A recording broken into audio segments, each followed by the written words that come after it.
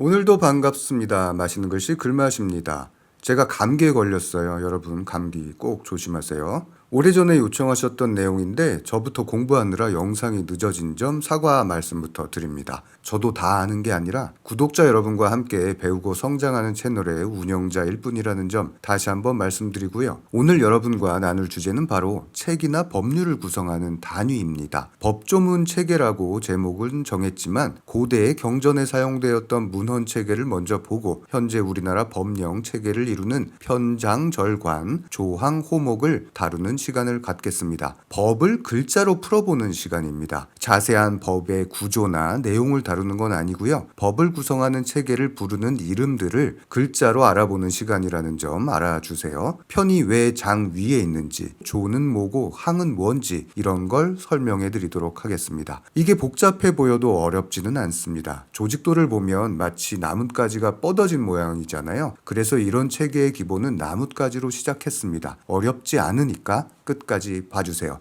그럼 시작합니다.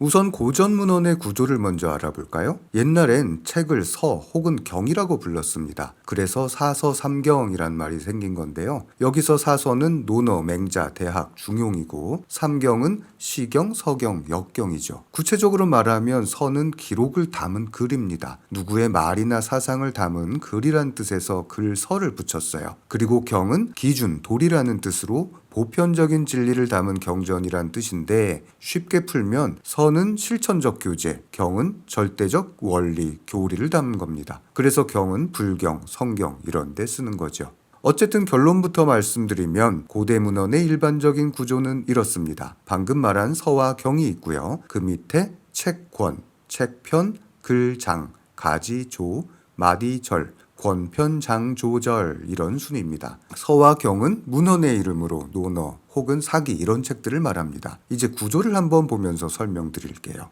우선 책권입니다. 이 글자는 반뭉칠 권과 병부절이 만난 형태로 종이가 없던 시절 주간을 말아놓은 두루마리 한 묶음이라고 생각하시면 됩니다. 이건 한 권의 개념이에요. 영어로 하면 북이겠죠. 이제 두루마리 한 묶음을 펼칩니다. 그럼 이 주간 한 묶음 속에 하나의 주제를 담은 편이 나오는데 거기엔 책편이라는 글자가 써 있겠죠. 제1편, 하기편 이렇게요. 책편은 주간 자체를 의미하는 글자거든요. 가운데 주간을 본뜬 모양의 책이 있고 집을 뜻하는 지게문 호가 보이죠. 이게 한 편의 이야기라는 편입니다. 이 글자 영어로 하면 시리즈 혹은 시즌 1, 시즌 2 정도 되는 겁니다. 이렇게 한 편의 이야기를 읽는데 편 안에 내용의 덩어리들이 있어요. 그걸 우린 장이라고 불렀습니다. 제1장, 제2장 이렇게요. 장은 글장이라고 하는데 음악을 뜻하는 소리 아래에 열십이 있는 모양이죠. 음악을 나눈 뜻으로 악장을 뜻합니다. 그게 후대에 들어서 글, 스토리를 의미해서 글장이 된 거예요. 이 글자 영어로 하면 챕터가 되겠습니다. 챕터의 개념인 장 안에는 단락을 의미하는 가지조가 있습니다. 가지조는 원래 나무 이름이었는데 후대에 나뭇가지를 뜻하게 되었죠. 나뭇가지는 밑에서 이렇게 순서대로 나오잖아요. 그래서 가지조는 순서를 뜻하게 되면서 조항, 조문 이렇게 법률의 기본을 뜻하게 되었습니다. 이 글자 영어로 하면 아티클 정도 될 겁니다. 한편 마디절도 있는데요. 같은 이론이에요. 일반적인 나무는 가지로 나타냈고요. 대나무는 마디로 나타내면서 마디절도 작은 순서를 가리키게 되었습니다. 영어로는 섹션 정도의 뜻입니다. 그런데 대나무의 마디를 잘 보면 마디가 줄기를 꽉 붙잡고 있는 것처럼 보입니다. 줄기를 구속하는 모양이죠. 그래서 마디절은 구속, 약속 이런 의미가 되었어요. 그래서 절제, 절약이란 말이 생긴 겁니다. 논어를 예로 보면 책 전체를 뜻하는 제목, 논어가 있죠. 그 밑에 하기편, 위정편 이렇게 편이 나옵니다. 편 안에는 여러 개의 장, 글장으로 이루어져 있는데요. 유명한 하기시습지, 부력열호라는 게 바로 하기편의 제1장입니다. 한편 사마천이 쓴 사기라는 역사책을 보면 책 제목인 사기를 서 정도로 볼 수 있고요. 사기라는 책 아래에 권이 있습니다. 사기는 130권으로 이루어진 방대한 역사책이죠. 그리고 130권은 본기편, 세가편, 열전편 등등으로 나뉩니다. 다시 한번 정리하면 일반적으로 고대 문헌은 두루마리 책권이 있고 그 밑에 제1편 등의 내용으로 시즌을 뜻하는 책편, 그리고 그 밑에 스토리 챕터를 뜻하는 글장, 장 안에는 단락, 아티클을 뜻하는 가지조와 섹션을 뜻하는 마디, 절로 나뉜다고 보시면 되겠습니다. 여기까지 잘 이해하셨으면 이제 법으로 넘어갑니다.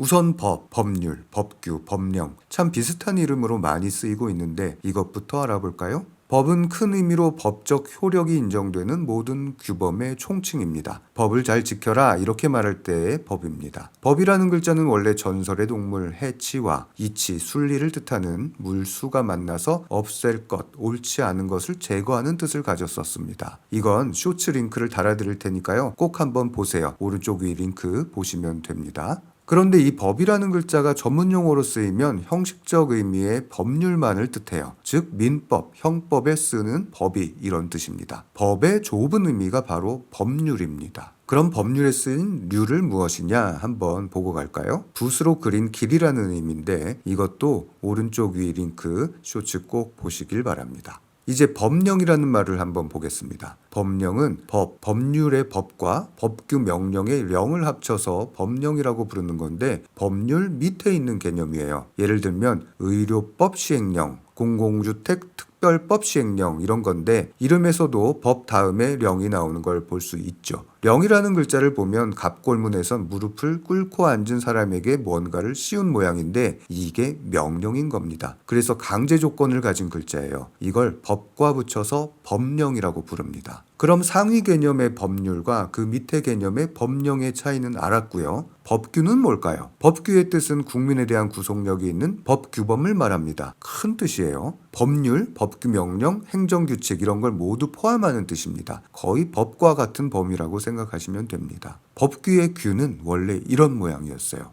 이게 무엇이냐? 순우리말로는 걸음쇠라고 하는데 원을 그릴 때 쓰는 컴파스입니다. 동그라미를 그릴 때 기준이 되었겠죠. 이 글자가 변해서 규범을 뜻하는 법규가 된 거예요. 틀, 테두리를 의미하죠. 이렇게 동그라미를 크게 그려놓으면 범위가 됩니다. 규와 범위 만나서 규범이 되는 거예요. 그럼 행정규칙 할 때 칙은 또 뭘까요? 칙은 소정에 칼도가 더해져서 솥에 칼로 새기는 모습을 본뜬 글자인데요. 이것도 쇼츠가 있었으니까 옆에 링크 통해서 보시기를 강력 추천드립니다. 보시면 바로 이해가 될 거예요. 정리해보면 법, 법규 이런 큰 의미가 있고 법조문에는 법, 법률, 법령, 규칙 이렇게 나옵니다. 그래서 법률, 영칙 이렇게 되는 거죠. 대략 글자와 단어의 뜻을 이해했으니까 이제 법조문 체계로 넘어가겠습니다. 아까 설명드렸던 글자들도 나오니까 어렵지 않습니다. 우선 상위 개념으로 편장, 절, 관이라는 게 있어요. 하위 개념으로는 조항, 호, 목이 있고요.